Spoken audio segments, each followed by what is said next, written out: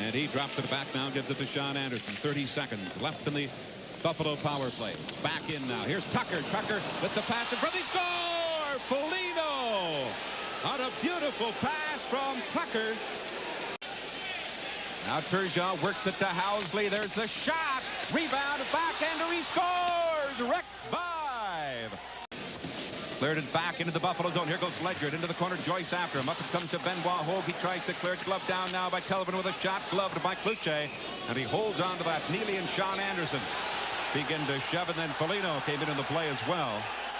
Well, Neely has to be extremely smart here. Bruins always win those battles. They're not winning them here tonight. And that's what they were quoted in the paper today here in Boston, saying we've got to win the one-on-one battles. Exactly. The intangibles. Oh, wow. Oh. Did Turgeon ever catch it? That might have caught, you know, that might have caught the helmet. I hope it did, because that's the noise. Oh. Wow, did he go down quickly? And now Jim Pizzatelli. The trainer was there quickly to see if he's okay. Well, boys, I'll tell you, the Bruins, they're opening up Pandora's box because they try to win. Here it is right here. We'll see if it's on purpose or not. Watch it coming up right there. Oh. Well, actually, no. Bodger was clearing the other guy's stick off, I believe, right? And the stick came in and caught Turgeon. There's the push and the shove. There's the spin around, the high stick to try to Bodger, and he took Crowder's head off, missed Crowder and dropped Turgeon. Foligno comes jumping in like he's going to save the world. There's the penalty for roughing. There's the high stick. Give him 5 minutes. Kick him out of the game. Face off of the Buffalo zone. There's 50 seconds left in the first period. Carpenter in against Ruutu. Now it's tipped by Arneal. Back to Ledyard. Ledyard tied up, but gets it now to Arneal. Here's Arneal. He turns it back. Crowder and Bodger. Here we go, Ted. Right there in front of the net.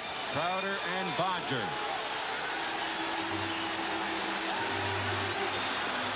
Well, this will be interesting.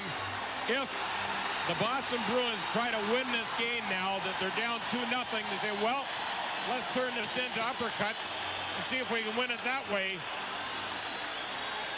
I don't think it'll happen. You'll see Sater start putting his heavy weights out there, and things will calm down in a hurry.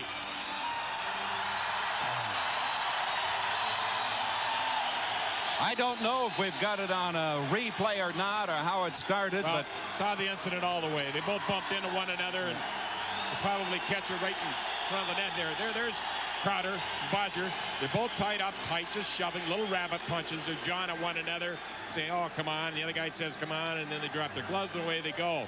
Start waltzing around the ice. Neither one of them can throw a punch. They're in too close. Crowder and Bodger both go for fighting. 5 minutes. There you look at Terry O'Reilly. Looking up at the clock, he finds his hockey club down 2-0 at home in the opening game of the playoffs. No good. No good at all. And look who's coming over the boards. The Thumper. Settle down, boys, if that's what you want, some action. Ted Sater says, just a minute. I'm going to send a guy out in the ice and see if you want to continue to dance that way. face-off will be over the Boston blue line with Arneal, Maguire, and it'll be Benoit Hogue. A little history for now. Here we go right away. Now this, they put Maguire. Shoot Maguire. Oh, look at this. This is going right back to last year again. Oh. Now, well, Shoebottom made a little better in the last 6 fights he was in against Buffalo. I'll say that much. Now, I'd like to know who started that one. Probably Shoebottom. Now, I'll tell you what happened. Sater sends Maguire out to settle things down. As soon as Maguire went out in the ice, Shoebottom came over. He's a defenseman now. He came over the boards. Instead of going back to his defensive position, he comes over the boards, and he just stands right beside Maguire. Starts yapping, and away they go. Maguire's gone for fighting, so Shoebottom, and I think Maguire picks up an extra 10. And now Buffalo has to be careful right now. The way this game is changing. Can't get drawn in. Ooh. He caught him there. Oh, he caught him 1, 2, 3, 4.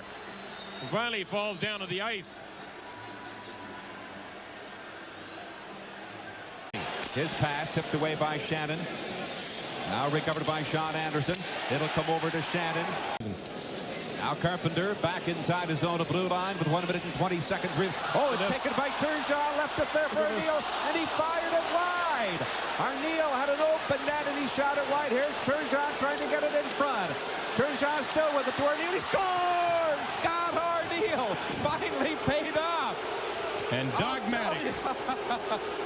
I remember too many forwards that dominate forechecking to the degree that Cam Neely can dominate when he is really going hard into the offensive zone. I mean, he's a one-man wrecking crew. I've seen him go in there and knock 3 guys down. Now the pass to Brickley. He's got Johnson, but the pass extended for Johnson, but it went too far. Benoit Hogue into the Boston zone. Housley breaks towards the net. The big drive there by Foligno, and it was blocked, and Foligno keeping it in. Back in now behind the Boston net. Here's Hartman with a backhand shot. Lemelin makes the save on Hartman. Shannon into the Boston zone with Ramsey trailing, gives it to Ramsey. Ramsey with the drive, and that went wide. Now Neufeld. He tried to get to it. Foligno puts Neufeld down to the ice. Well, sure enough, the Bruins pick up another 5-minute major for high stick, and you make the call at home. Watch Tucker right here. See the stick coming up? Catches him right across the lips, and down he goes. You bet that's a major penalty. And Jamie also picks up a game misconduct, a 5-minute power play for the Buffalo Sabres. Ruutu and Sweeney. Sweeney wins the draw, gets it back in now to Wesley. He lost it. Here's Turgeon going right in and goal. Shoots, he scores!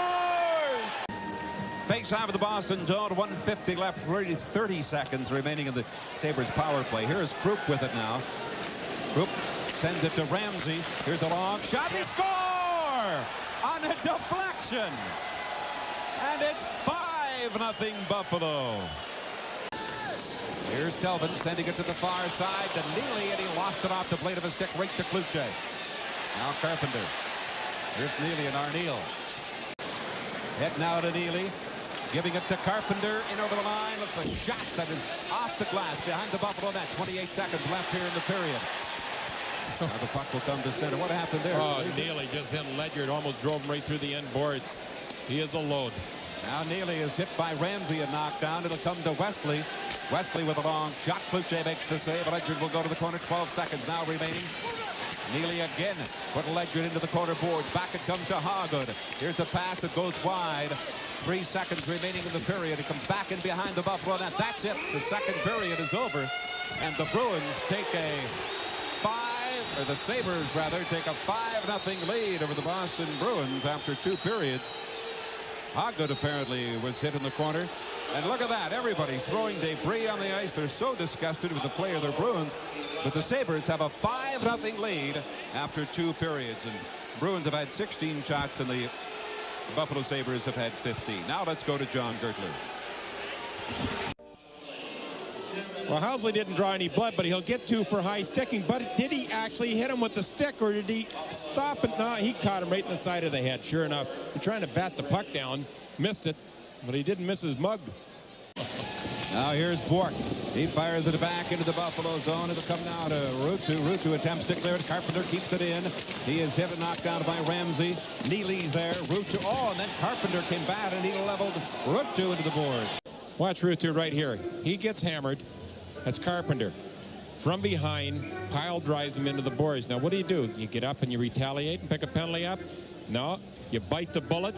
It hurts. You don't do anything. You just get up and you'll take a look at the guy that put you into the boards and say, you know, the wheel turns. And normally that would have been a cross-checking penalty.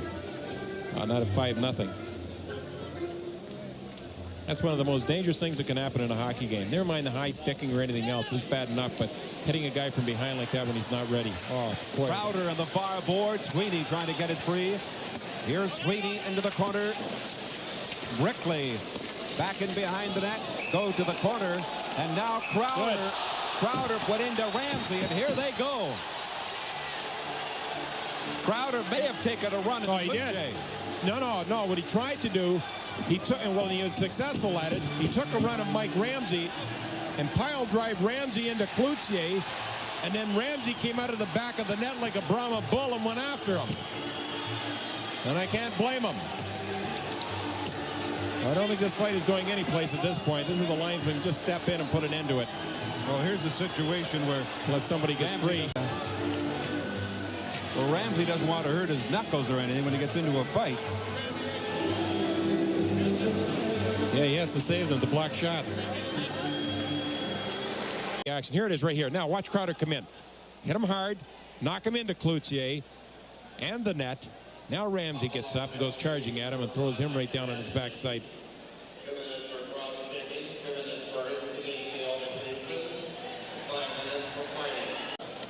Crowder goes 5 for fighting. Well, how And, 2 for what? Interference. Ramsey. Oh, surely they can't give him a cross-checking 2 for penalty. instigating and 5 for fighting. Crowder. 2 for interference, 5 for fighting. Now there is a Boston fan. How'd they give Ramsey 2 minutes for cross-checking? He's the one that got cross-checked from Crowder. Idea. Maguire steps onto the ice. Maguire, after Shoebottom, he trips him up and now Maguire's to the penalty box. That's a horrible. That's a bad call. Shoebottom just dropped like a sack of wheat as soon as he touched them. 9 minutes exactly remaining here in the third period. And Maguire will go to the penalty box. 22 seconds and Maguire will return to the ice for Buffalo, and on the face-off now it's in the face-off circle. Foligno had his stick out. Now Bodger comes up. They've got a 3-on-2. Here's the pass to Turgeon. Turgeon steps it over the Boston line. Now the pass to Housley. In front, they score! Foligno! And Turgeon picks up his 4th point of the night. A shorthanded goal for the Sabres. Their second shorthanded goal of the game, and it's 6-0. It'll come back and off the skate of the linesman, taken by Ledger. Sends it back into the Boston zone. 6-0, the Sabres lead. Now it's recovered by Hartman. Hartman. That's a long drive goal that went wide back to Ledger. Ledger, his shot. Lemelin makes the save. Yes. Uh-oh, here we go. Hartman and Shoebottom. Hartman's missing with haymakers and shows. Oh, finally Shoebottom gets some lefts in. He gets free. The indestructible man. Oh, and Hartman and hits the back of his head right down on the ice. But as Hartman told me earlier, you just can't hurt that head. He doesn't know. He thinks it's just solid concrete. He says, I punch it, and nothing happens. He won't even blink when I hit him. Just another pretty face. And you're watching Sabres hockey. 5 seconds to go. Not only will Jacques Cloutier pick up his first victory in the National Hockey League in playoff competition, but also his first shutout. 6-0. The Buffalo Sabres defeat the Boston Bruins, and they all go to congratulate goaltender Jacques Cloutier.